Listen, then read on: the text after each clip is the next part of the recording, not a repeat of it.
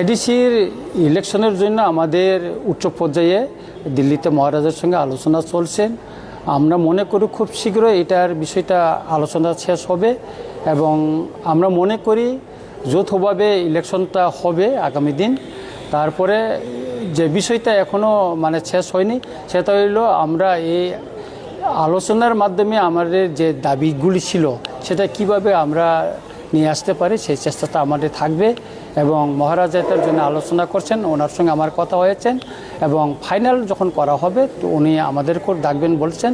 আমি মনে করি খুব শীঘ্রই এটা আমাদের যে অ্যালায়েন্সের ভিতরে যেটা সিট শেয়ার এটা সম্পূর্ণ হবে বলে মনে করি। বিজেপির সঙ্গে আমাদের শেয়ারে আছে, আমরা অ্যালায়েন্সে আছি, কিন্তু আইপিএফ তো হলো বিজেপির অংশীদার, এটা আমাদের পার্টনার না, ওটা বিজেপির পার্টনার। সুতরাং আইপিএফটির সম্পর্কে এটা আমরা বলতে পারবো না, শুধু আমাদের সিট শেয়ারিংটা হবে বিজেপির সঙ্গে টিকরামাঠার। আপনারা যৌথভাবেই লড়াই করবেন? যৌথভাবে লড়াই করার তো সম্ভাবনাটা বেশি।